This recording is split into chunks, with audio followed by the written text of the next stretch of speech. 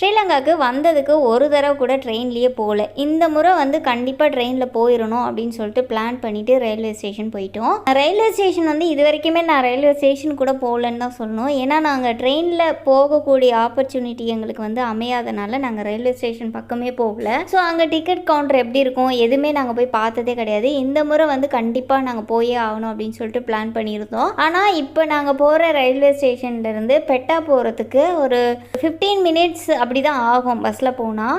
இருந்தாலும் பரவாயில்ல ட்ரெயினில் போகலாம் அப்படின்னு சொல்லிட்டு பிளான் பண்ணி தான் போனோம். எப்படின்னா ட்ரெயினில் போகிறதுக்கு 20 ருபீஸ் ஆகும். இது வந்து பஸ்ஸில் போனால் 50 ருபீஸ் ஆகும். ஆட்டோவில் நாங்கள் போகிறதுனா ஒரு 250 300 வரைக்கும் ஆகும். நாங்கள் நின்ன பிளேஸில் இருந்து பெட்டா போகிறதுக்கு காஸ்ட்டு கம்மின்றதுக்காக போகணும்னு நினைக்கல, போய் பார்க்கலான்ற ஆசையில் தான் போனோம். பட் நாங்கள் போன டைமுக்கு ட்ரெயின் இல்லை, இன்னும் 2 ஹவர்ஸ் ஆகும்னு சொல்லிட்டாங்க. அதுக்கப்புறம் சரி அங்கே நின்று டைம் வேஸ்ட் பண்ண வேணாம் அப்படின்னு சொல்லிட்டு நாங்கள் கிளம்பிட்டோம்.